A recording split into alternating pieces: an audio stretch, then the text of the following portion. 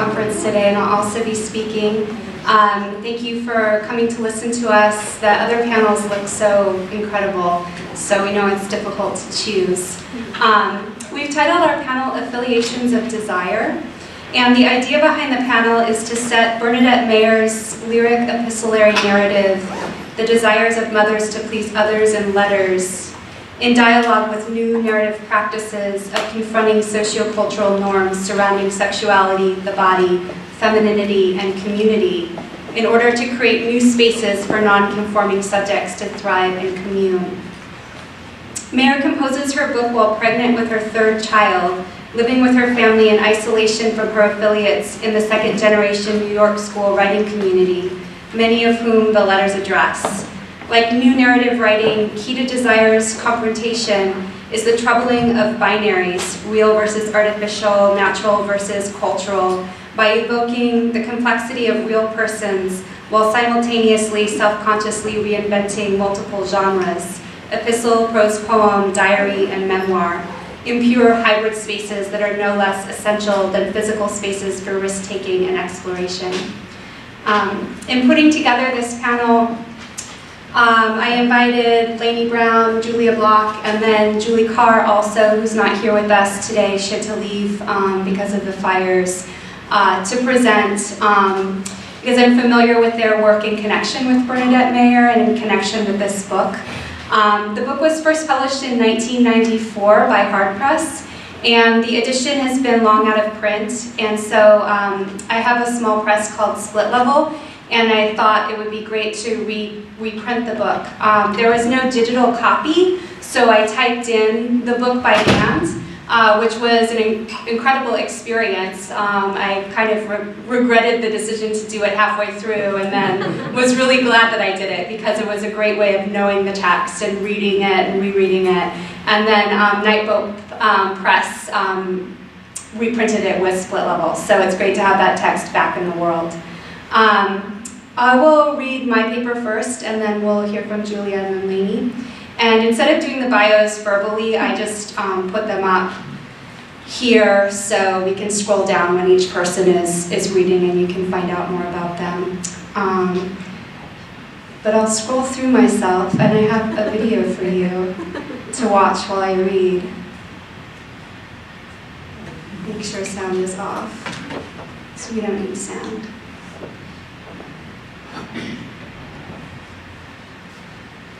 I'm gonna play.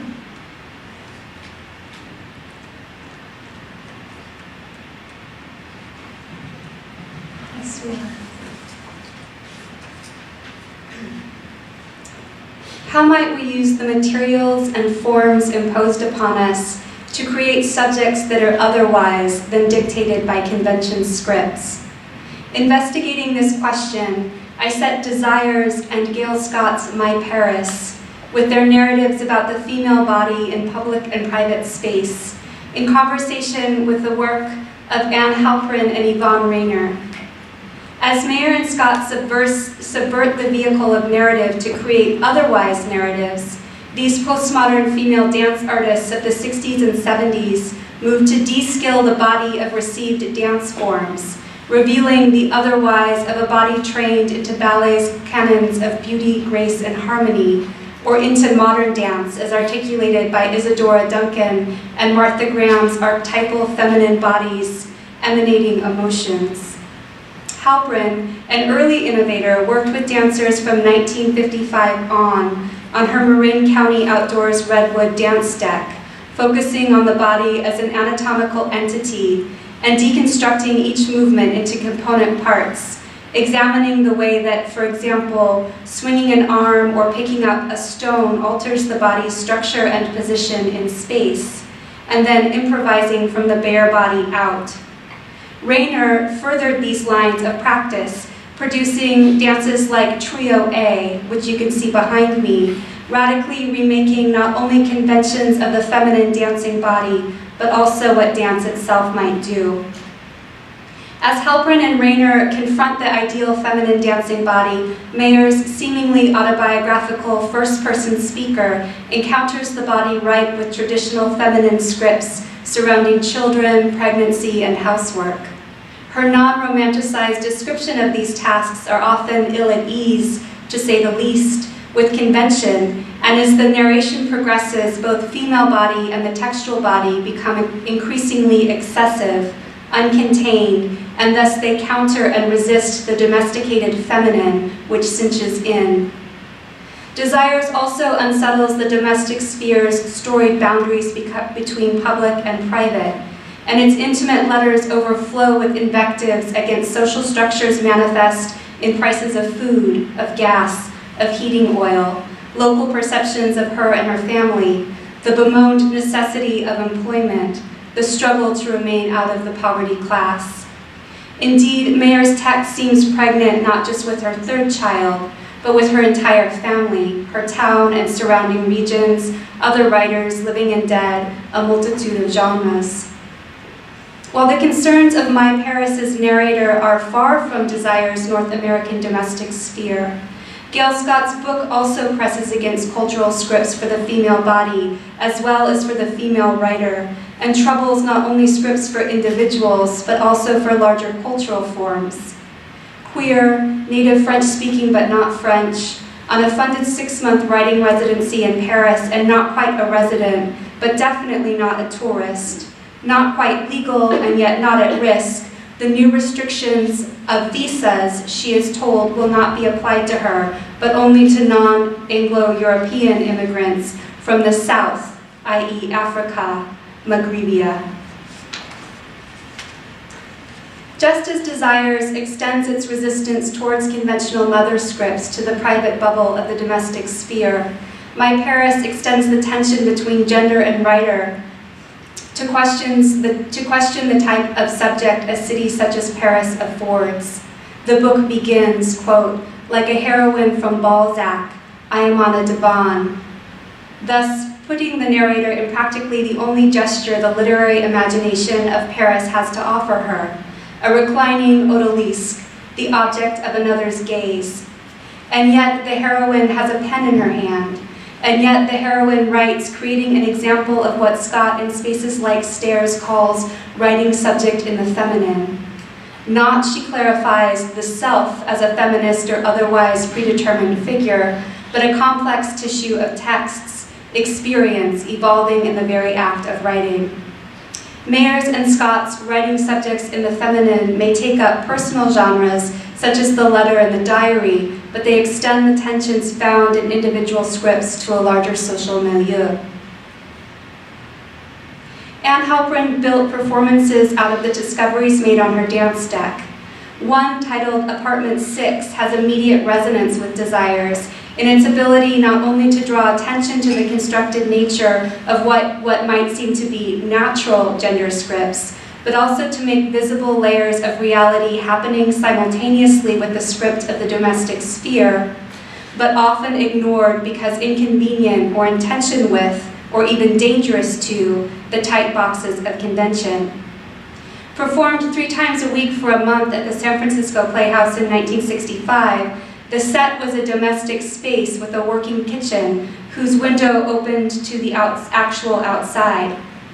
Halprin, along with 2 male dancers she'd been working with intimately for years, considered the performance as a form of Gestalt psychology and occupied the set performing domestic tasks, improvising around what Halprin describes as 3 different realities: doing, feeling, and imagining. Halprin, for example, would always perform the task of making pancakes. Her onstage husband would read the paper. The 3rd cast member listened to the radio. On the 2nd layer of reality, the dance artist physicalized emotion. Upon making imperfect pancakes, Halprin would run to the window and dramatically chuck them out. The 3rd layer of reality was that of fantasy. For example, one of the characters would all of a sudden turn into a dog. Upon receiving imperfect pancakes, the husband would nail it to the dartboard and play darts. Desires, too, presents not only the doing layer of reality, but also the feeling and imagining, unabashed statements of emotion, and extensive transmission of dreams. Feeling and imagining, given as much presence as doing, complicate conventions of domesticity by not only showing its constructed constraints, but also its wildness. Compounding the impact of these layers is the fact that both Desires and Apartment 6 mash together performance and reality. Thus, the relational dynamics at play structure not only textual and performance space, but life space, creating urgency around the fact that these texts are real. For example, notice the division of leisure and labor between Halperin's pancake making and the male members of the household performance reading the news and listening to the radio. This type of division is often articulated in Mayer's book, with descriptions of child tending and housework, juxtaposed with Louis, her husband's watching of baseball, reading in bed, and writing. And in larger arcs, Mayer tells multiple labor narratives, the labor of writing and publishing, as well as the story of her own employment, accepting a teaching position she is the family's breadwinner, and her birthing narrative, which runs throughout the text but is particularly intense in the penultimate chapter, associative and fugal, written a few days before she gives birth. Here the book's prose breaks into lineation, the quotidian made strange. While Desire subverts conventional female domestic narratives, My Paris pressurizes the question of how much power public space and cultural imagination exercise in forming individual subjects and their own private sense of self. The narrator's domestic space expresses this permeability. It is a living writing studio without divisions between art and life. The studio is not the narrator's private property, but is subject to the concierge's constant intrusion. We receive in equal measure information about the studio's interior as we do about what is visible outside the studio's window, and the speaker is often flaneur-like, walking through Paris, inhabiting the public-private sphere of cafes, gardens, parties, galleries, the metro. All of these areas feel equally public and private, intimate and formal. Furthermore, through Scott's method of pointillist detail, we glimpse the power of this public-private world to reflect back to the narrator its own set of potential images of her private self, potentially impacting her own self-construction.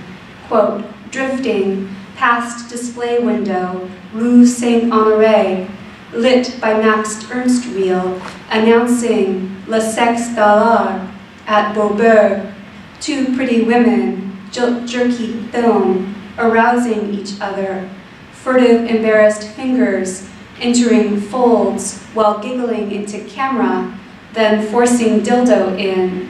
Next window, urinoir, caption, the air of Paris. Next, catalog, opened at Painted Legs, lovely furry snatch, called L'Agent du Monde, unquote.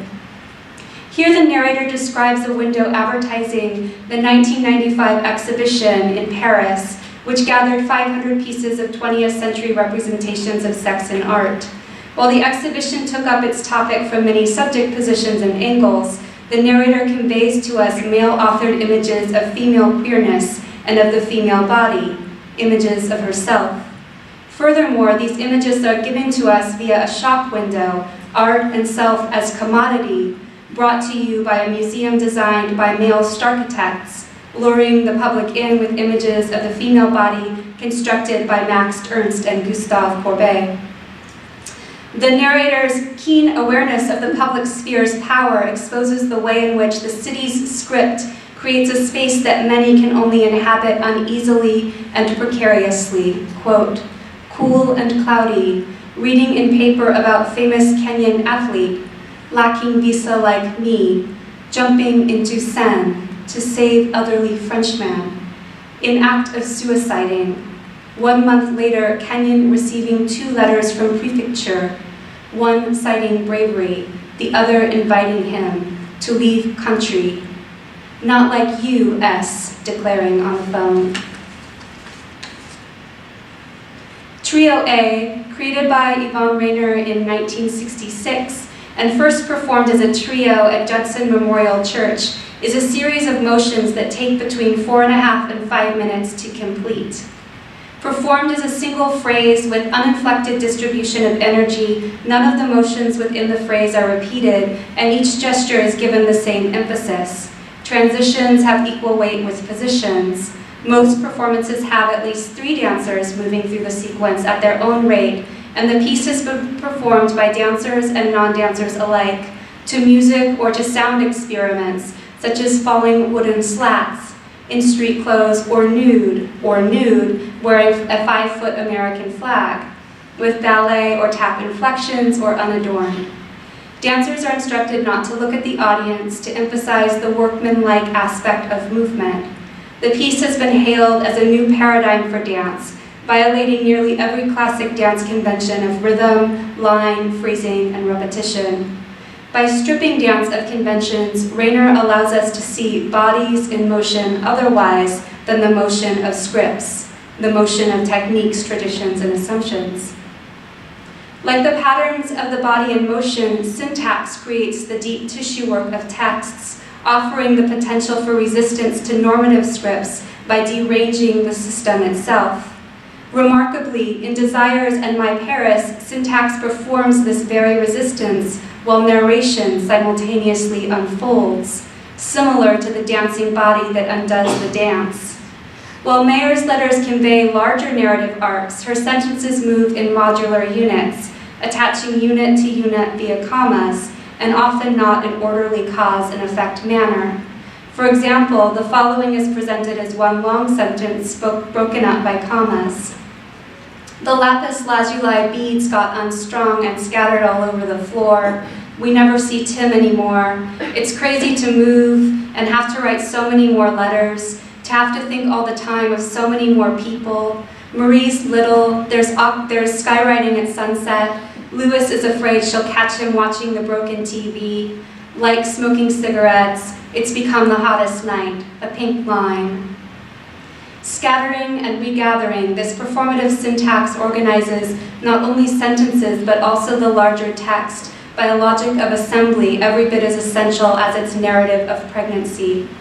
This reveals an economy of energy underlying experience that doesn't resolve into narrative and that counters the drive of cultural narratives to discipline and domesticate. As the syntax of desires creates an overflowing excess of connection, the syntactical work of My Paris creates a pointillist notational texture. Most sentences are 3 to 5 words long and often allied with the first-person pronoun and even the subject of the sentence. Fueled by present participles, Scott has described her syntactical invention as creating the time of she who dissolves into the crowd, who seeks no or minimal agency.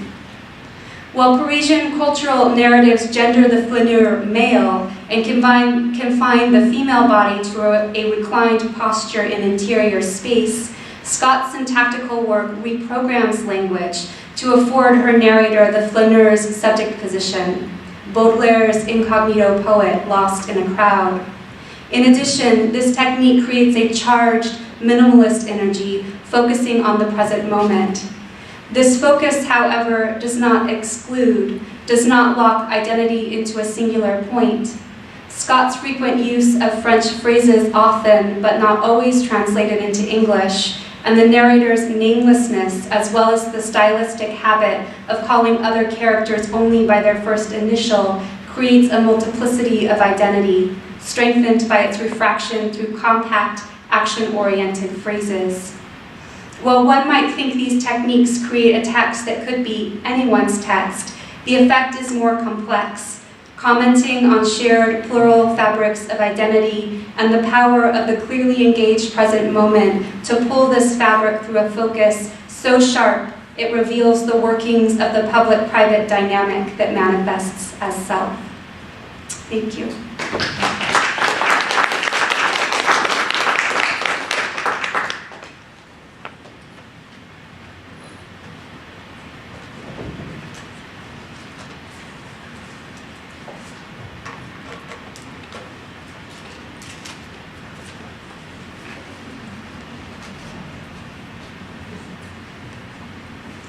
That's my bio. Thanks so much to Karla for convening this panel. I'm really excited to be thinking through the desires of others to please others and letters in conversation with this conference. And I'm really sorry that Julie can't be here because I'm going to ask her to send me her paper because I really want to hear what she had to say.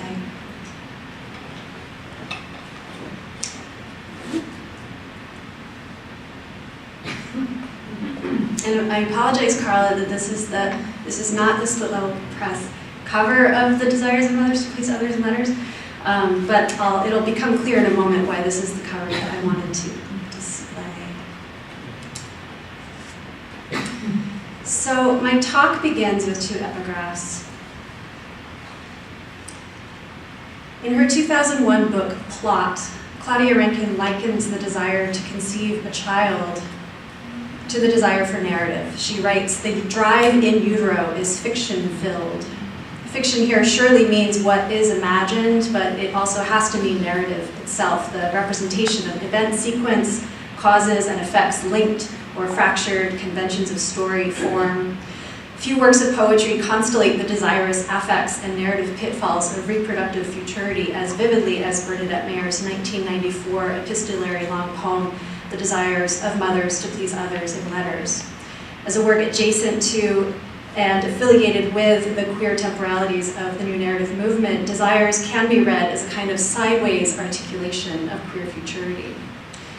What I mean by queer temporalities manifest in a new narrative work like Dodie Bellamy's time-traveling epistolary work, Letters of Mina Harker, which was put out by the same publisher that originally printed Mayer's Desires, Hard Press, which is the cover image on the previous slide. In Bellamy's book, Dracula's secretary stalker, Mina Harker, surfaces in grimy, polyamorous, contemporary San Francisco's south of Market alleyways and living rooms to declare that the monstrous and the formless have as much right as anybody else to tell a story. One of the first stories in Mina Harker is about the time Mina went to get an abortion, but went to the bathroom first and started spotting, which means she realizes, now I don't have to make any decisions. I can just be me, Mina Harker, an artist in the age of mechanical reproduction. Mina, her uterus cleaned and empty, can now play the dead one in Foucault's theory of the death of the author, freed from mortality in Benjamin's formulations of art's aura, at last loose from the burden of what it is to be figured as woman or author, left finally simply to be an author function. And yet she also voices what it's like to be, what it feels like to be an author function. So she's still stuck in a way, as when she goes on to wonder, could this cervix, my cervix, really dilate to the size of a softball, push out a skull full of God knows what brains, first a softball, what next, the world?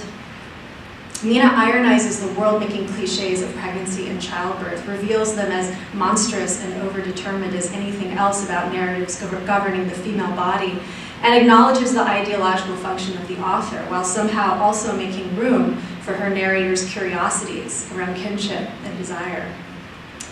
The unresolved contradictions and contractions engendered at this intersection of narrative voice, time, and reproduction are likewise as wildly reflexive in a passage like this one from Mayer's Desires. When you're pregnant, your cervix is supposed to be blue, but I think that's something new. No one ever told me that before. In fact, I never knew till Shelley told me you were supposed to mimic your cervix when you put the diaphragm in it. I do find it and cover it like a water tower. Plant trees to disrupt the shadow of it. It means neck. The bladder has a cervix too, but doctors say something about the tip of the nose to describe one. That's as it's reputed to feel, cartilaginous, I guess. Straight information about the shadow problem is one of the greatest difficulties we have as women. At the same time, anger is unlike Claire. Secretly, I don't want to have anything, except this knowledge to translate the golden shadow you can't see into that cast by a known but otherwise concealed target, like deciding you are going to both stay up late and get up early. Boy, Vil was voluble. Less overtly monstrous than Mina Harker, maybe, but Mayer's speaker acknowledging the shadow problem of fertility's obfuscation, the passage wrestles with its effect on contested subjectivity. Mayer converts the image of the cervix, the lauded, fleshy element in the vocabulary of fertility, into something both strange and familiar, the female body occluded by medicine. She then converts this poem into a deliberation on emotion, individual affect getting dispersed into the social. We get Claire's lack of anger and Bill's volubility. Later on in this passage, a deliberation on the unit of the poetic line constellates pregnancy, time, and form, the narrative lines of experiences getting conflated with the lines of the writing. Our life is pretty dull, and what do we do if we're pregnant? Not only that we don't have any money, not even enough to make us feel good. I mean, to do things to make us feel good, and Lewis doesn't. He wants to go to the ocean. He hasn't seen it in 5 years. He's landlocked. There is disruption of outline. It is conspicuous. And then skipping down, we know these lines of language are still a camouflage, and we will only define and accentuate just what we want to hide. I'm sorry, but I can only love you in this disruptive pattern. Why, I don't know. As the speaker argues with her lover about the disruption a new baby poses to narratives of daily life, the outline of that dailiness gets conflated with the lines of language we are now reading. This disruptive pattern, both the possibility of pregnancy, which of course is soon to be reality, and this text itself, which wrestles with how to represent temporal experience. And it stages an argument for a new kind of narrative, lines not in harmony with the shape. We disrupt our shape better. Mayer suggests that we write against the shapes given to us, and we disrupt better. These are works that exploit the time-bending capacities of epistolary form, a form that Laynie Browne, in her introduction to the new edition of Desires, calls the form that includes everything. And both Mina and Desires align with what Bob Bloch describes as the information-saturated mode of new narrative writing. And long note on new narrative, he writes that transgressive writing shocks by articulating the present, the one thing impossible to put into words because a language does not yet exist to describe the present. Epistolary form, especially when crossing time, shocks and bores with its often quotidian immediacy. Embedded in its approach to time is epistolarity's tendency to make the self public, as Mary Berger suggests in her introduction to the anthology Biting the Error. She writes, in particular, what I wanted from narrative were the tools for exploring being in time. Much of Bernadette Mayer's work, from Memory to works that follow, her long poem Midwinter Day, one of the other great poems about children and fertility, uses the long form, a poem that looks like prose, to chronicle, dramatize, or otherwise register how the materiality of language shapes being in time. In her 1974 book, Studying Hunger, which she wrote while in Freudian psychoanalysis, Mayer expresses an early desire to record immediacy by way of an encyclopedic approach to her daily experience. I had an idea before this that if a human, a writer, could come up with a workable code or shorthand for the transcription of every event, every motion, every transition of his or her own mind, and could perform this process of translation on himself using the code for a 24-hour period, he or we or someone could come up with a great piece of language/information. Mayer's procedures conform to strictly bounded units of time, the day-long clock of Midwinter Day, the month-long clock of Memory, and the 9-month-long clock of the Desires of Mothers, to please others in letters.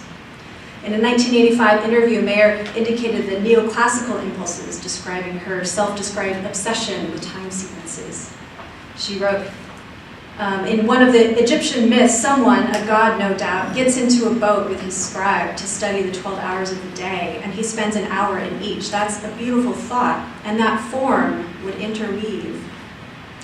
Mayer suggests a Mallarmean impulse behind her poem's efforts to catalog and contain the world. Her time-based experiments both obey highly defined time constraints and exploit the way duration can make room for error and diversion. The effect is almost like poetry in real time, like a film shot in real time, and the way it draws our attention to the minute particulars of ordinary duration. In the 9-month structure of Desires, Mayer both inhabits and launches a critique of the cultural narratives of reproduction and future time. She also revels in the ordinary and the banal, food shopping, filling the car with gas, friends coming over for cigarettes and beer, shaving your armpits.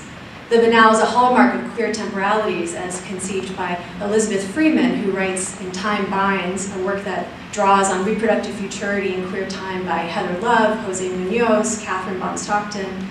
I find myself emotionally compelled by the not quite queer enough longing for form that turns us backwards to prior moments, forward to embarrassing utopias, sideways to forms of being and belonging that seem, on the face of it, completely banal. Here I feel I should say that Desires is not necessarily a queer text, even if queer temporality is a useful way to read its uses of time. At its center is a heterosexual family unit. Although queerness and even gender bending are both present in the text, it may be that Desire's temporality ultimately is locked into the conventions of heterosexual reproductive futurity. The book does, after all, completely end with the baby's birth, as if its errors in time suddenly ceased.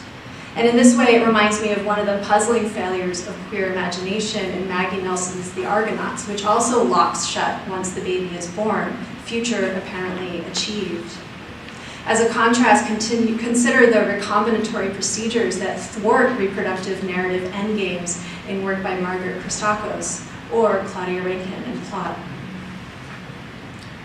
Rather than read the whole book as a love letter to the world, welcoming the baby as future, as ending, I want to end by dwelling on a moment at which this ending is forestalled. Mayer conflates language form with human form in a passage that confronts fertility's tendencies to perpetuate and delay time's endings. She writes, "I needed this time to not have to think of every word in a smaller kind of structure. It's queer to be studying, though. Like the books, like Romantic Women, I might accumulate images of while I'm pregnant to accommodate a form for these daughters that will permit me to be smart about it. I had learned that sex had been driven to be, and this is just me, a reassurance of survival in the recognizing face with love and the body overwhelmed together, practicing with another person as a presence and as what we know, so that it was easy to say after that, it's a relief to go on. I don't mean you're glad it's over, but that you didn't have to be concerned with ending then, and you were sure you existed, a hangover, but not death either. And so you are always waiting while opposite sits like Persephone's rape and Demeter's consequent invention of fear, the face of nothing between two windows, fear of every dimension. I better stop this. I love telling about the form of things." With "I'd better stop this," Mayer's speaker halts her obsession with time, worrying what would happen if a body never ceased to be pregnant, acknowledges the queer strangeness of the writing of these letters in a deadpan rendering of one of our great myths of reproductive futurity, Demeter and Persephone, and its overbearing influence upon our modern approaches to fertility and female sociality. To quote Rankine again, "Why birth the other? To watch the seam rip." A number of theorists have complicated Lee Edelman's iconic polemic against reproduction for queer life by suggesting how we might regard futurity as a divergent sort of queer politics, rather than as an inevitable end of heteronormativity. We would do well to attend to the contours of narrative in a work like Desires as we contemplate possibilities for such a politics. Thank you.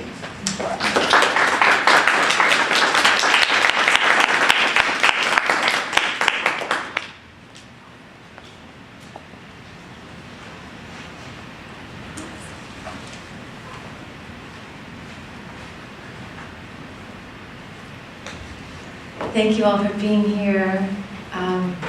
Wonderful to hear both of you, and to Julie. She would say something brilliant. We'll get to hear it eventually. Part one. Can everybody hear me? Okay. Excerpts from a correspondence. June 2017. Dear Bernadette, I'm preparing a panel paper on your book, The Desires of Mothers to Please Others, in letters. The best idea I could come up with was to write you a letter and ask you some questions. But the initial questions maybe have nothing to do with the book. For example, what is the best summer drink? What will you cook for dinner? What have you seen lately in the wild? Who behaves with more wildness? Humans or other animals? Here, the fireflies are rising. I'm trying to remember writing letters, printing them out, sending them to you through the mail. I realize that now that our book is done, I can write to you again without the sense of making something. But that's not true. A letter is something. I've read and thought about your book for years, and now I want to get really basic. Here are some questions, and I'd be honored if you could send me your answers. What is a letter? Are letters made up of letters? How does that work? What do you remember about the title of the book? If you were to write a similar book today, would it be titled differently? For instance, The Desires of Citizens to Read Something Encouraging in a Newspaper? Or The Desires of Trees to Be Left Standing? Or The Desires of Artists Desiring a Living Wage? What are the responsibilities of a mother to her book? When was the last time you read this book of yours? Or what do you remember about it? If you were going to explain to a person who had never read your book some of the questions you had in mind, what would you say? In one word, or one sentence, or what books of letters would you like writers of the present/future to write? Send me the titles and I'll distribute them to the poets. How are poets' letters different than any other letters? Maybe they aren't. Maybe they are. Maybe I'm asking if poets' alphabets are loaded differently. Maybe I'm asking what qualities you seek in a letter. What's more intriguing in a letter? Mystery, affection, lists, apothecaries, or names? Or cross this out and tell me what intrigues you in a letter. How does letter writing rate on your scale of enjoyment? Highly enjoyable? Not at all? Somewhere in between? Thievery and belonging? What about the letter as a literary form? That's not really a question, is it? Say whatever you like. I guess I want to know if you think you might ever write another book of letters. Why or why not? If you could write in the language of any living animal or plant on earth, in the sea or sky or below ground, who would you write to? What would you say? Or would you write to an element?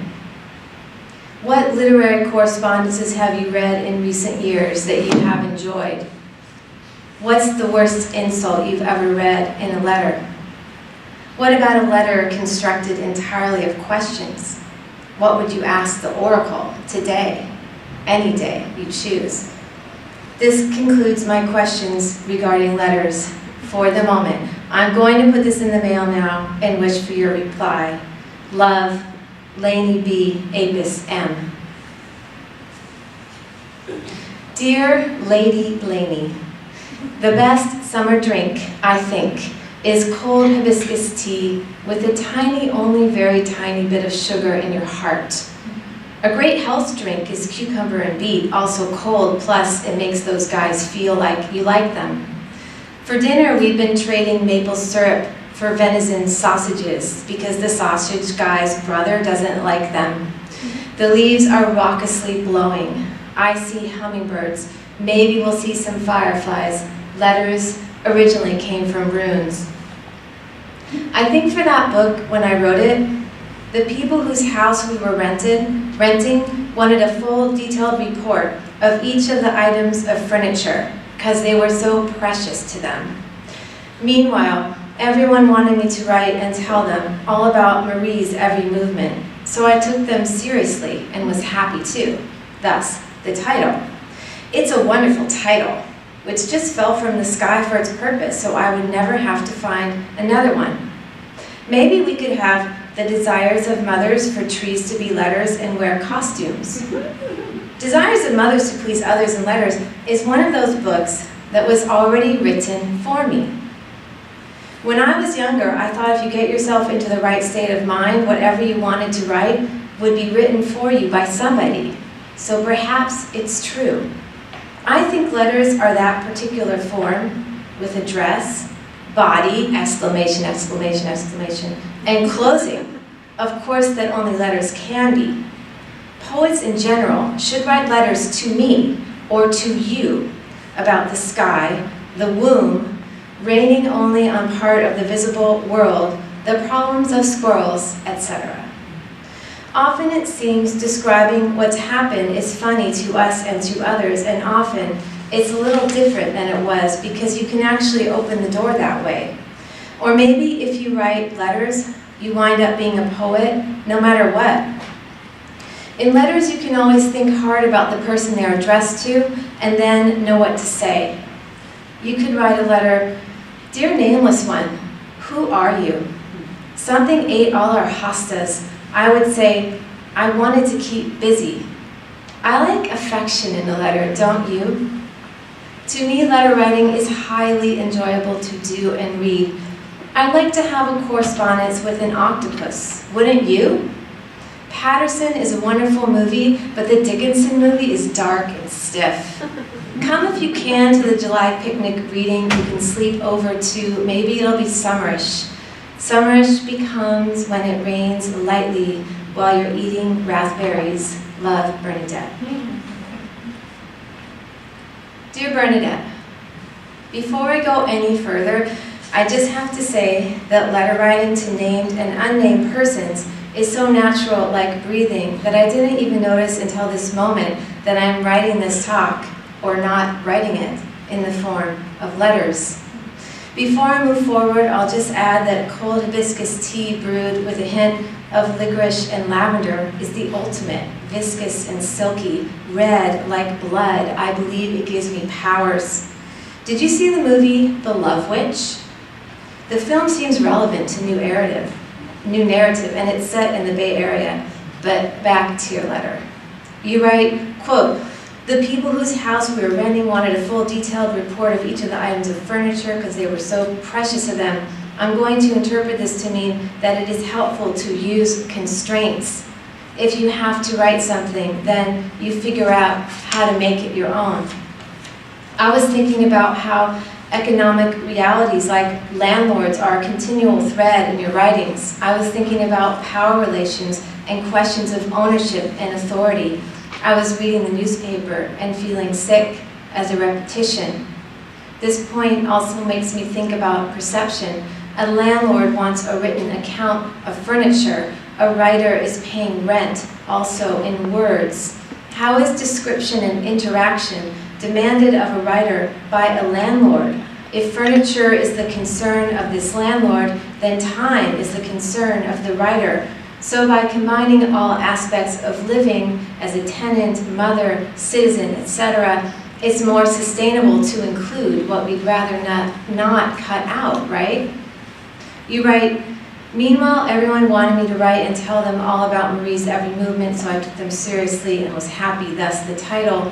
I'm going to read this as another instruction. Maybe others' expectations can be, instead of something else to do, another path toward writing. Maybe your text won't be written in the mode another might expect, but it is a direct response to a circumstance. I love your proposed title, The Desires of Mothers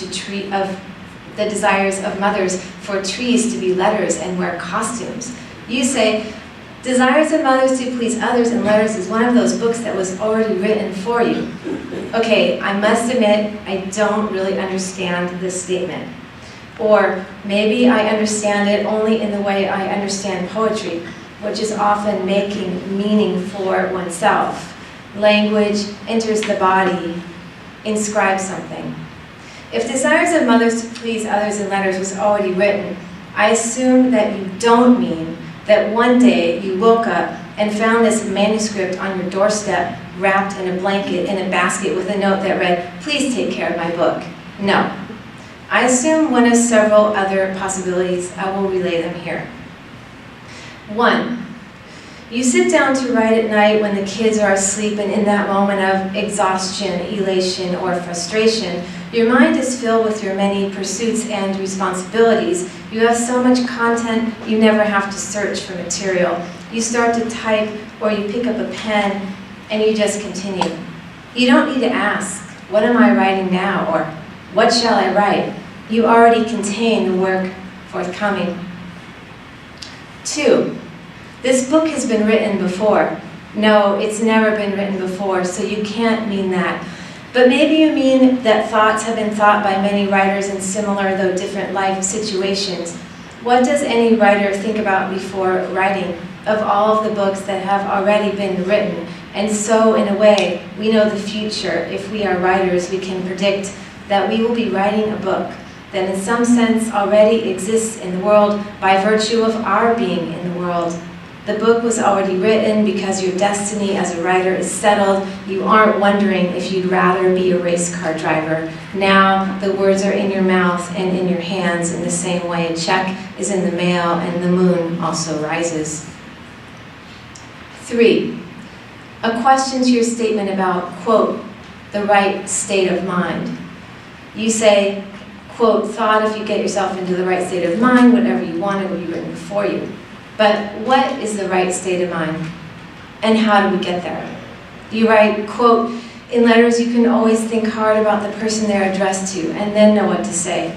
Dear Bernadette, how can letters help us now? I'm thinking ecologically, politically, and wondering mainly beyond affection, humor, and protest, what else we can do with our letters now. Maybe we need to douse them in linden tea and place them on each other's foreheads, like fomentations. Maybe if we knew how to write to neutrinos, we'd be more effective. To your wish to have a correspondence with an octopus, I say, yes. Love, Laynie. Dear Laynie, this is a part answer to the question of what has already been written. Start over, my glasses weren't on. Maybe when these things like this happen, it's just that we don't have the right kind of glasses on, or the wrong kind. When I say something has been written already, and I just trace it, that's how it seems. It's already in my mind, it's already there, even though it can't be seen. This has happened to me several times in the midst of writing. It makes the writing go faster. I can write faster than I think now. So definitely logic is skewed. Hooray, never liked it anyway. Charlie Parker said a few things about music implying this. It's sort of a magical power, except it probably has nothing to do with magic. There is an etymological relationship between magic and grammar, as you know. It's rather astonishing that words have meanings. Love, Bernadette, Esquire, Amen of Tassawasa. Part 2. The plural dream of social life. Connectivity to others and multiple authors implicated is a method inextricably linked to the plural dream of social life, the first title in The Desires of Mothers to Please Others in Letters. The essential question I want to address is, how does connectivity change consciousness? How does writing socially between sentences implicate us, our locations and persons, and even thoughts of persons not physically present? I'd like to invite into the room Hawthorne and Melville, Stein and many named and unnamed others. I'd like to invite the connectivity of this moment to the connectivity of the many moments occurring in the text. How are we writing in favor of connectivity, if we are? How is everything a collaboration with what comes before, with what comes after, with the daily, and with a multitude of public and private responsibilities and devotions in real time? Does inclusive writing change our practice? I include mishearing and miswriting. For instance, I initially wrote riding, R-I-D-I-N-G, and M-I-S-S hearing, as in I miss you, instead of mishearing. How are mistakes potentially generative? How does the social fabric of one sentence connect to the next, and one book interlace lines with another? How does a moment speak to other moments? How can 9 months be a gestational process for a book? How is creating a book like creating a person, or not? How do we make a book alive? Here is a close reading of the first title, The Plural Dream of Social Life. Plural is a significant first word in a book which illustrates more than one, two, or three ways of re-envisioning more than one, two, or three concepts. Gender, class, economy, place. Deftly involving more than one, two, or three strategies. Rupture, collage, translation, substitution. Narrativity has so much to do with the relationships between words and also persons embodying words. How much happens in a word? Person. A sentence, Meeting of or alcove. A paragraph. a medium-sized gathering of words. A letter. Text, voice, email, telepathy. A month, Or a moon. 9 months. one complete infant. What is the gestational process of writing? And how is this complicated act in Mayer's book, plural? Words chosen to heighten the ambiguities or multiple possibilities for meaning and association are social. They require your interaction, inquisition, or argument. Possibly your positionality shifts to encompass multiple perspectives. The first sentence is as follows. Throw stuff away. I've got an apartment above you in the city, like food. I think it's number 12A, too. A small, fast clock. How might this demonstrate binaries erased or succumb to a third possibility? The chaos which chooses both, neither, other, beyond positionality. This book is a collaboration with language, embodying multiple mojos, modes, moods, and spans. A person who is pregnant has 2 heartbeats, 4 lungs, rising blood volume. This could be ordinary or it could be something like breathing, invisible or transformational. We throw stuff away, but the stuff we throw away here is not named. Are we throwing away what we no longer need? Are we throwing stuff away because our personal space is limited? Are we necessarily filling landfills? What can we accomplish with our tongues? How is an apartment, like food, and a small, fast clock? How does that relate to throwing things away? If an apartment is like a body containing us, place, like form, has a limited duration. Our bodies are time-based experiments. A neighborhood is like a cell, dividing, expanding, accelerating. Constancy is change. Change is, I throw stuff away, the need to reinvent ourselves as plural. Why should we only be one thing? Why not be multiple? Thank you.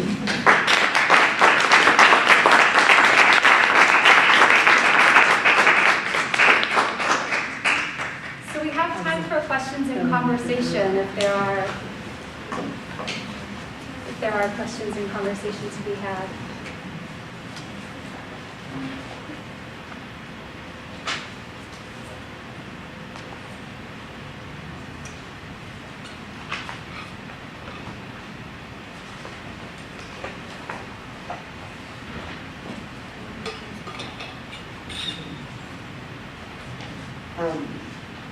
Julia, you quoted Laynie in your talk and said, as saying epistolary is the form that contains everything. And I'd like to hear more about that. Laynie, would you be willing to say more about that? Yeah, Laynie has this beautiful introduction to the new split level Nightboat edition of Desires. And you talk about how the book crosses forms. So we think of it as memoir, daybook, novel. I think of it as a long poem, also an epistolary poem, possibly an epistolary novel. And you have this great line about the epistolary form as the form that can include everything. I'm really interested in the elasticity of form. Like how far can you go and call a letter, a play, a novel, a sonnet. So I might say that about other forms too, but I feel like the desires of mothers to please others in letters is kind of like a spell book. There's so much in it. And so she just does it really well. The other thing is that when you're writing a letter, it could be very cloaked and veiled, or it could be very open. So I feel like it's it's deceptively something. It's always more than what it seems like it is, right? Like a conversation, a confession, something withheld. But literally there's many forms, there's many authors that come into the text that I feel like all of their work is implicated in their bodies of work and their correspondence. So partially I'm talking about intertextuality, but also form. And I tried to explore that in my book, The Desires of Letters, which I wrote in conversation with this book for Bernadette.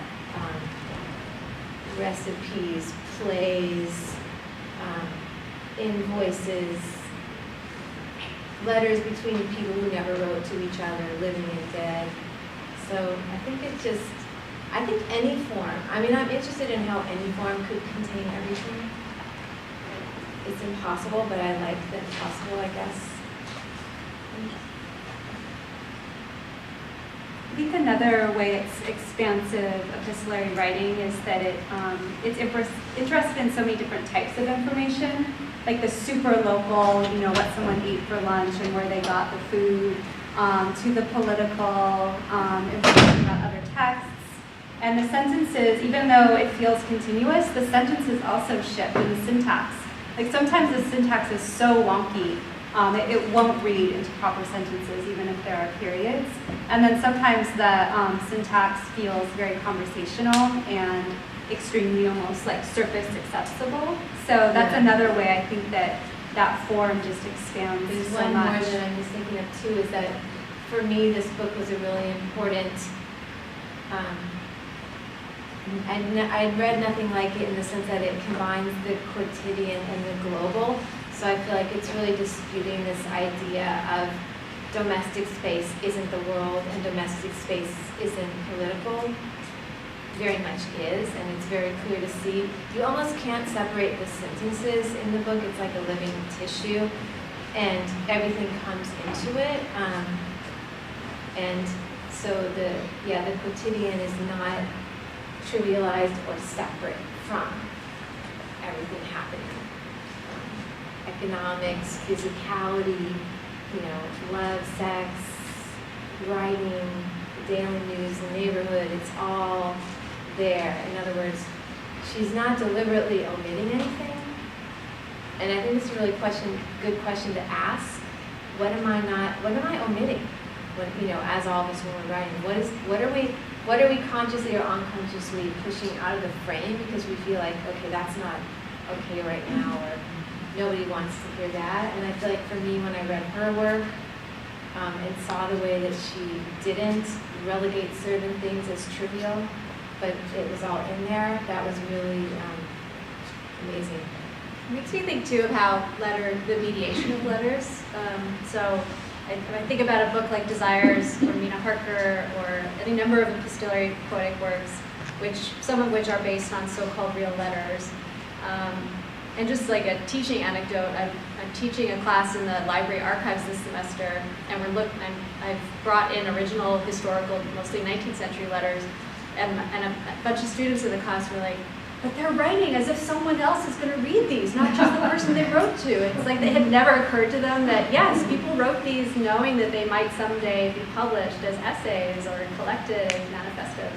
And so I'm guessing that there's an interesting discussion to be had about the difference between like the print archive of the letter becoming and turning into a collection of edited and published letters, and how that might be changing with the digital age. So I think about a work like Tricia Lowe's The Complete Purge, which includes a lot of epistolary moments that were like born digital, and our conception of privacy around like the digital letter is totally different, I think, from good old-fashioned handwritten or typewritten.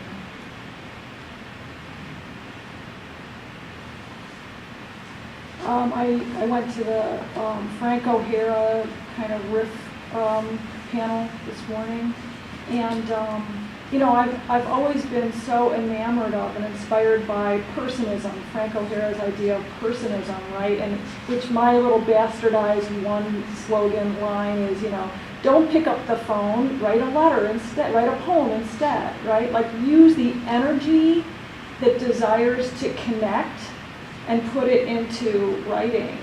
And what they were talking about, one person, I forget who, was saying that they saw Frank O'Hara as actually having these two strands within him, that the San Francisco New Narrative writers and the LA writers sort of each picked one strand. And that the San Francisco strand was sort of the communitarian impulse to really connect, and that the LA people picked up on sort of the don't pick up the phone part.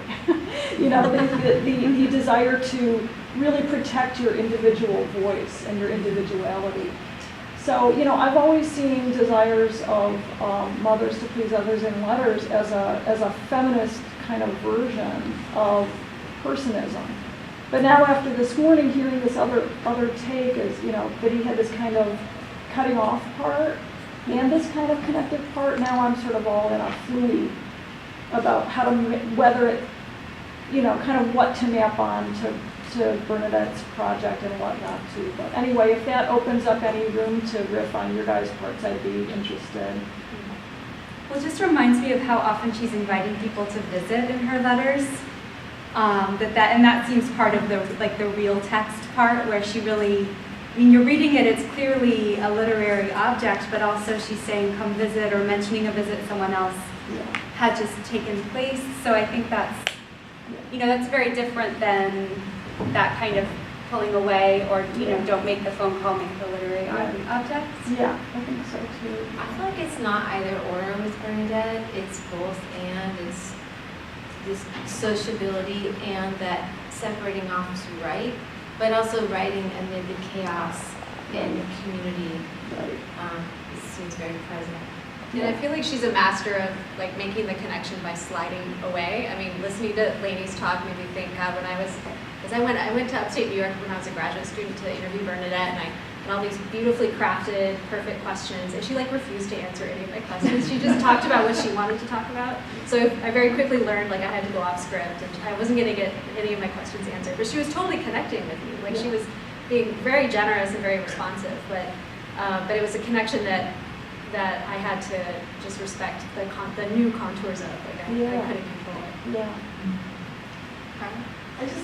I was just interested in for me, the like frustration that was connected to inviting people to the sort of suburban countryside zone that she's writing from, which seems like there's this magnet to cosmopolitan life that's been frustrated by where she's actually living and located, and to me that kind of, you know, completely changes the picture or dynamic of what might be thought of as realism personism, but is also like this sense that, you know, maybe nobody will come and visit, and I'm sort of going mad the place that I am, and, you know, the writing is sort of like a way of like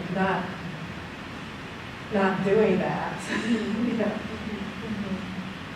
Right, and that's another way that the text it feels real and necessary, that like the writing is the connection that she's making. I feel like it's also connected to having young children and having babies, and that necessity of attending immediately. Like you can throw stuff in your closet, but you have to change a diaper now. You can't wait 3 months over and over. And so I feel like that frustration is really clear in the text, and also connect to, I'm trying to remember which one of you said, I think it was your piece about like the baby's born and the book is done and something's complete. Well, I read that as like, well, they're just tired. Right now, there's no time to write She's the allowed book. to stop. It's not that that's a happy ending. It's like, okay, when can I get to my desk again when I only have 2 hours of sleep and the chaos? And the gender dynamics of that come through so in such an interesting way. Someone comes over to their house to interview her and her husband, and it's always like, you know, with Lewis Warsh, it's like, oh, well, you're the writer, and like, oh, you're the wife? Oh, you write too? you know, kind of thing, and then they'll ask her, like, how can you possibly have time to write with all these children? And he's sitting there, like, next to her. And they don't ask him that. And so, you know, those are really interesting moments. And then just more subtly, where she's writing about not having time to write, but also about him, like, watching baseball or sleeping or reading in bed. And she never goes on a tangent about it. She doesn't, you know, bring it up as an injustice, but it's always there under the surface of the text, which is really interesting. And then also that irony of, like, she's writing this, what is it, like 300-page book about not having time to write. So that's an interesting facet to it as well.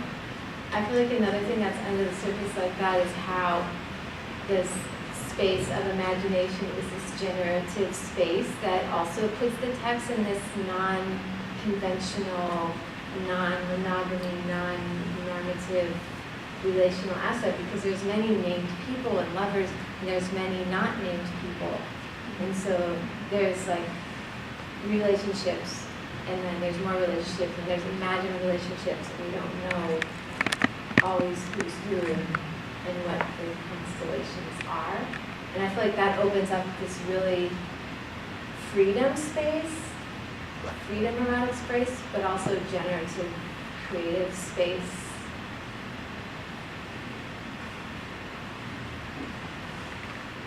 It's something that interests me that I don't know if you guys have thought about this or how to really formulate this, but I think at the plenary, someone made a remark about looking at the subject positions that allow people to write and to be writers. And one thing that fascinates me about Desires, and then also about My Paris, is that these two narrators are not in subject positions that are supposed to be able to write. So Mayer's, you know, the wife, she's supposed to be busy with the kids, and the Gail Scott narrator is in this literary landscape where she's supposed to be on, you know, reclining on the couch.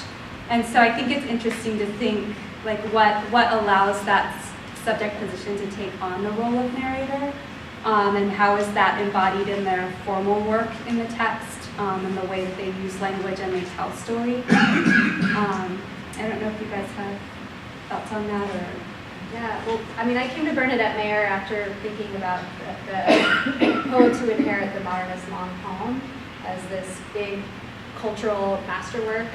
So I became very interested in works that kind of skewer our assumptions about what it means to write a very long durational piece, or a long serial piece, or a long collage piece in the modernist tradition. And what I've always loved about Mayer is how she, again, has very little interest in even taking up that argument, you know? I mean, I think she's reinventing the form, certainly, but she is very slyly intertextual and incredibly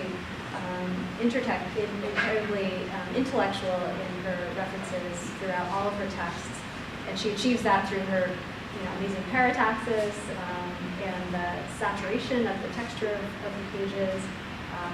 I mean, you made that great point about how the penultimate chapter of this book, the poem starts to break into lines, and it's actually really shocking when that happens, because it's such a departure for the book. So I, again, enjoy her tendency to just sidestep that entire question. You know, she's not really interested in taking on Catherine Williams. She's going her own way to a certain extent. I mean, she was just an amazing model for me, because she did everything. She wrote and lived in the city and opened up her home and just kept writing and writing and writing. So I guess I feel like I grew up as a writer in this kind of matrilineal space, where I would say, well, look at Bernadette and what she's doing. I want to do that.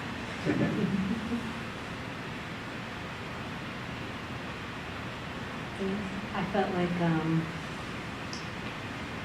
her response, especially to your first letter, was really like it showed how she is like just tracing over, you know, because your questions are so beautiful and opening, and it created her really kind of odd and slanted text. And so it's how I'm trying to understand what she says when the book was written for her. and she was just tracing over it. How are you understanding that remark about? Well, I know that she also has synesthesia and that she sees letters as colors, and I think that's connected to this visual, like when we were working on our book, we did this little chapbook, The Complete Works of Apis mellifera, that just came out, that we wrote in letters through the mail for years, and we didn't know what the title was for a long time, and I said, how are we going to find the title? And she said, when I look at it, it will just light up. What do you mean it will just light up? But so there's things that are not explicable to me, so even with her explanation, I still can't say that I exactly understand what she means, but there's some process that's happening. So we have this explanation. What does it mean exactly? I think you would have to be heard to know exactly what it means, but I'm imagining that there's a space of transcribing something that's already seems whole when she gets to the space of writing, and she's somehow seeing it, and then it's coming to the page. That's my best guess, but we would have to ask her to talk more about it, because I am excerpting just tiny bits from the letters because they go all over the place, but that letter was very tiny. There was nothing, everything she said about actually the writing, I put verbatim in the talk. So yeah, I'm curious how that sounds to people and what you make of it. I like how she used the word magic and then said that it wasn't magic. That seems important to me. Yeah, I don't know. Laynie, I like that gesture because, you were kind of objectifying people and writing about them and acting a little bit like their dad or, or their friend or their famous or something. But Bernadette is completely ill, very good response. And she's a person in the world, and she acknowledges your personalness in the world. And so I thought that was an effective way to approach that, asking those questions, and then she's mostly talking about a really interesting question, which was the sum of lyrics. Yeah, I really enjoyed that approach. Yeah, Anya? In my experience of time duration and motherhood, it seems that being a mother is being infinitely interruptible. So it's always an experience of interruption. And I'm wondering how you think that maybe does Mayer write against that, or does she embrace and hold it in? I'm thinking about, Tilly also as a tenure ironing, things like that. But her work is so continuous, so. My sense is that, again, we'd have to ask her, but what I observed in the time when she was living in the East Village and I was living in the East Village and there was a lot of gathering at her home, is that she would just stay up all night and the kids would go to bed. I think she just didn't sleep much. She was always working. She was doing domestic work, or she was teaching, or she was doing copy editing jobs. The kids would go to bed and she would have a space. And sometimes I feel like that's legibly in the writing, about writing at night. But the kids were always, she seemed always to say the kids were an endless source of inspiration. She seemed not frustrated to me, but I was just like a baby writer person, and I was just in awe, and I wasn't there, but that was my kind of impression, like that there was this great space that was always open, and writers were always coming over, and the kids were around, and then the night would come, the kids would go to bed. And I feel like in the ongoingness of her prose style or her prose poem style, there is you could say it'd be easy to read it as kind of overcoming interruption, but also totally accommodating it and not ignoring it exactly, but that she just has so many amazing moments of swerving while still continuing at the same time. Especially using the comma, the run-on sentence, I'm always fascinated by points where the syntax and the grammar kind of break down, and I'd be curious, or unless that's just how that I typed them in wrong. I think that is, those are moments in the text also. And it's there's an elegance to it while also kind of like sort of jitteriness or jarringness to it.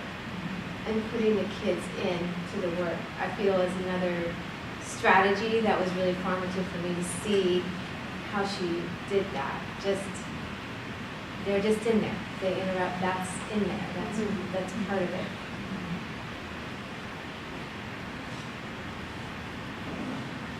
Any other questions? Yes. So I was thinking about a different time in her life and work, and thinking about studying hunger. So you're familiar with that, right? So that's something that she wrote. It's like a completely continuous work, and it has this like insane rigor to it that is also durational.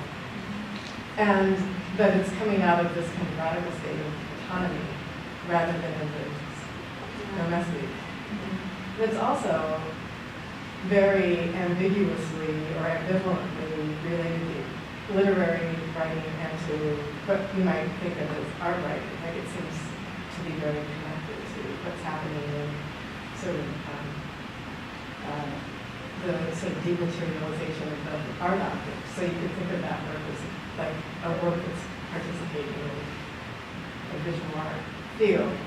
And so I guess, I mean, in some ways this is sort of like a comment about something that maybe served her because of a way of finding a kind of economy through a different series that's not the sort of modernist literary series that precedes the works that she's writing when she becomes a mother and has a family. I don't know if you have comments about that. Well, it's interesting to see, I mean, the whole thing is a trajectory. I just got to see the memory show in New York, where they had the photographs and then a recording of her reading. And that, that piece works so beautifully, and I can see how studying hunger was a response to that. Right. And then desires in some ways is a response to. And she talks about deinstalling memory in Desire. She's narrating that experience and taking that show down.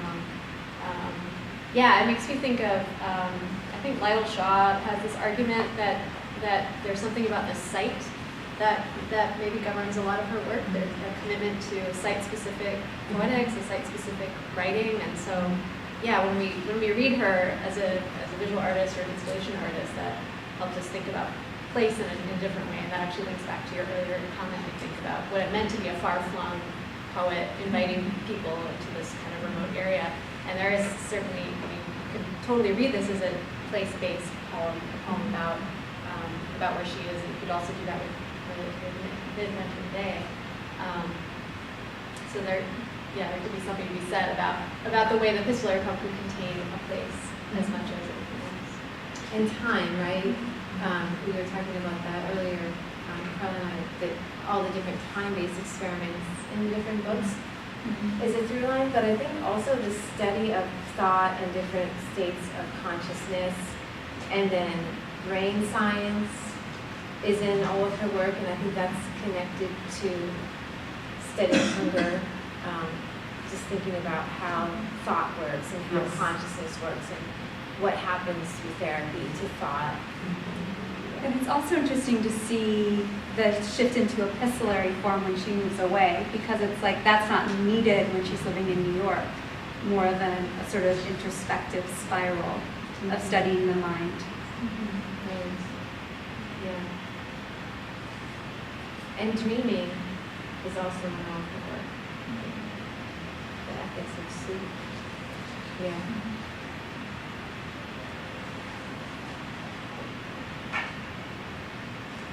Well, thank you so much. Thank you.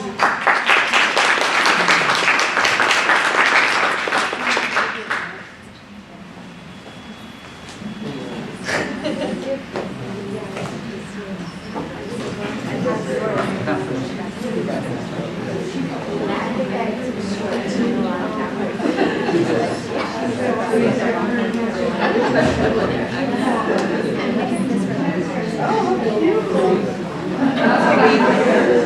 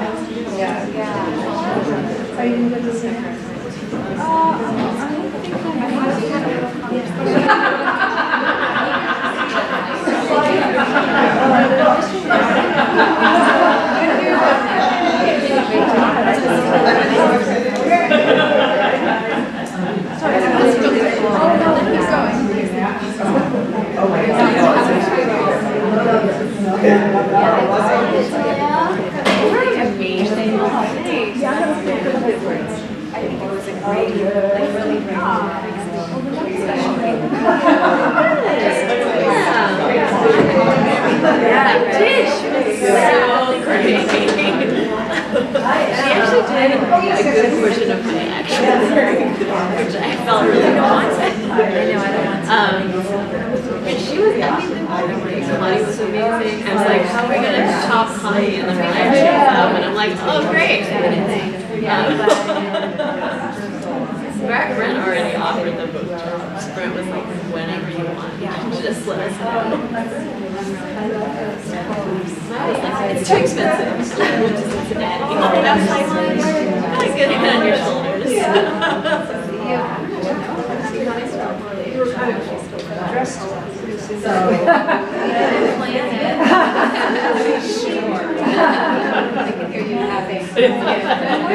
That was great.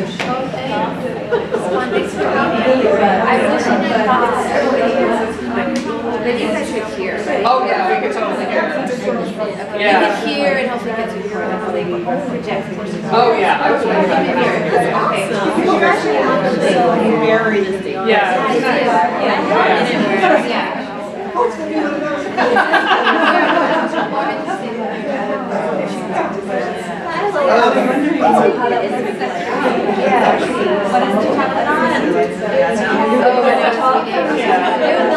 A lot longer. I like to little bits. But I put everything she said about while she was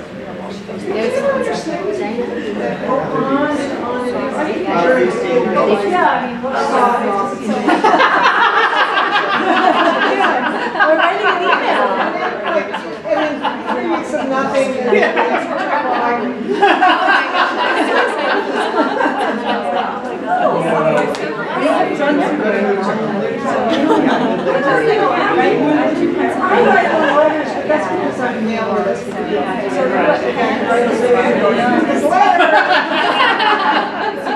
But you know what, I never even wrote. Sorry, I haven't got back to you sooner. Love the book, Porcelain. That works. Yeah. Verb attached.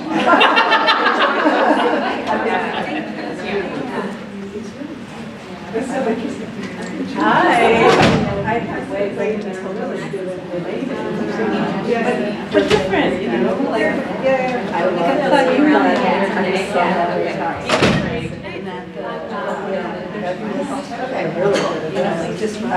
I was more of intentional disruption. Where's yours? Where you were talking about like, tracing something. You sort of approach it from a book point. Am I going to go into this conference? The other component of that is that when I agreed to do this, I was like, okay, I already wrote the letter for her about that book. What can I say about it? I wrote the introduction to the read through. So I could have read from that, but I'm like, people can pick that up and read it. Like, that would have been a good. Right. It's good because probably a lot of people haven't seen it or whatever, but I yeah, it's like, what else could I do? I've already thought about this book so much. What else are you going to say? I just bring that back to it. Other than the whole book. Said that to me once. Yeah. And then like how we talk about it. Or something like that. Right. Yeah. Refer to the book. Yeah. Okay, we're going to go to Yeah. 300. Okay, it's great to see you. Great to see you. You belong here. But that's her, I guess that's one of the things where I was doing that was sort of like more visual. I drove by taxi, drove like right by her street. It's like, oh, World. And that bring back memories. yeah. Probably seems like a long time. No, I haven't. I actually haven't been back here for a while. So we can. It's been long, and now that And I'm then in that was school, very clear, right? Like we had decisions, so 70s. Yeah. You go to LA. It was clear. yeah. Yeah, that was good. Another part of the conversation. But the one thing that never, that I never really It's doing awesome. No, there was no real And even conversation about it. There wasn't Like, sophomore. sort of- Oh, sophomore. I know. Jacob's a junior, so we're Enough to live in. starting Really, I mean, I think Yeah. that's part of it, so complicated. I think this would be a lot easier. Yeah, he's a little bit lazy. I He's know. running cross country and he kind of cares about that. He's a kid, like, if he doesn't like the teacher, he doesn't want to work. I can't do really good with my teacher. It's just like, he's so, in some ways he's so immature. You know, in other ways it's like he's like personal. super smart and immature. In some ways he's super smart and immature. He's 6 foot tall. He's like awesome. In other ways, like he's just a kid. You know, so it's just. But he's not freaking out about it. He's not like afraid of it. He knows what he wants to do. So that like Benjamin was like not ready to interfere. Yeah, when I was all teenagery, and suffering. Now he's great. Yeah, that's great. He didn't act like a teenager until. Seriously. Yeah, it's hard. He was just like sad and stressed, but he's good now. Jacob just wants to be, he said, Mom, I want to be a concept artist for film or videos. Go to art school. Yeah, like graphic design. Carnegie Mellon. Maybe. I mean, he's not, he's more drawn to LA than San Francisco, but I'm pushing more for. So I'm going to rent the Max's selfish, talk but at night. I also feel like he kind of has that LA connection already with family. To be comfortable in New York as a person in commercial art, like kind of good to have both available. Yeah. What about Eva? Let's be the editor. Yay! Yeah. She loves it. I enjoy She said yesterday she edited someone's poem in her English class, and she was so grateful. She kept thanking me. You know, Likewise here. it's so easy. That's so good. I know. Do you know Karla? No, I haven't met her.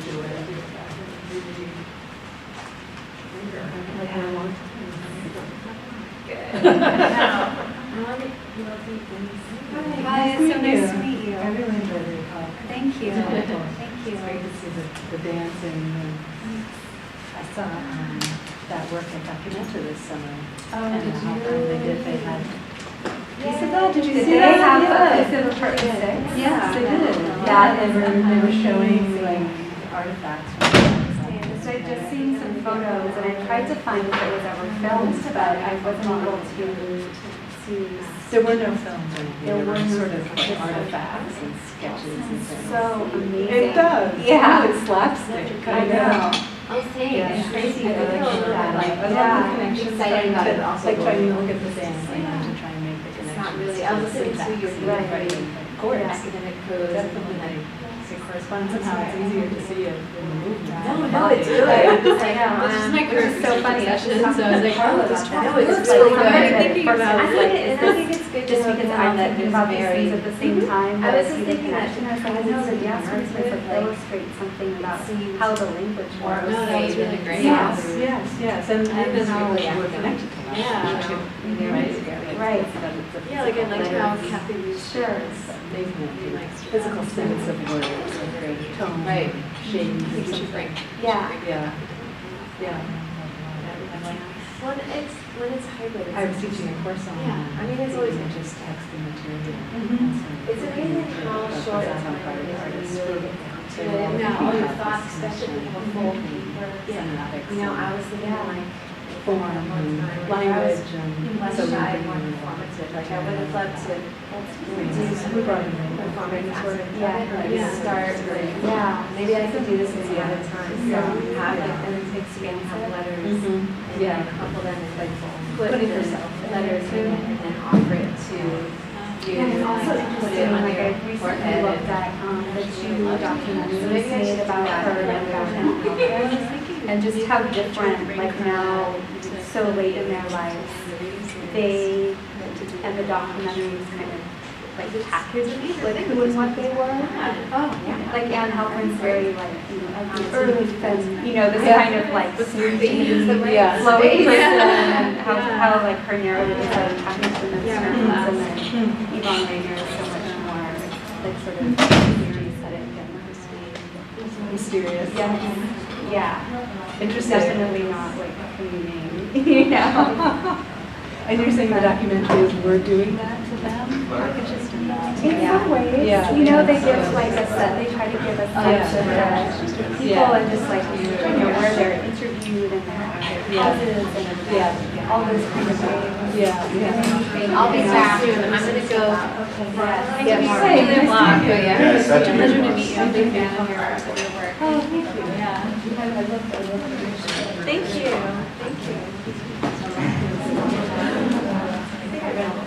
Yeah, I'm just gonna step out. Okay. There should be.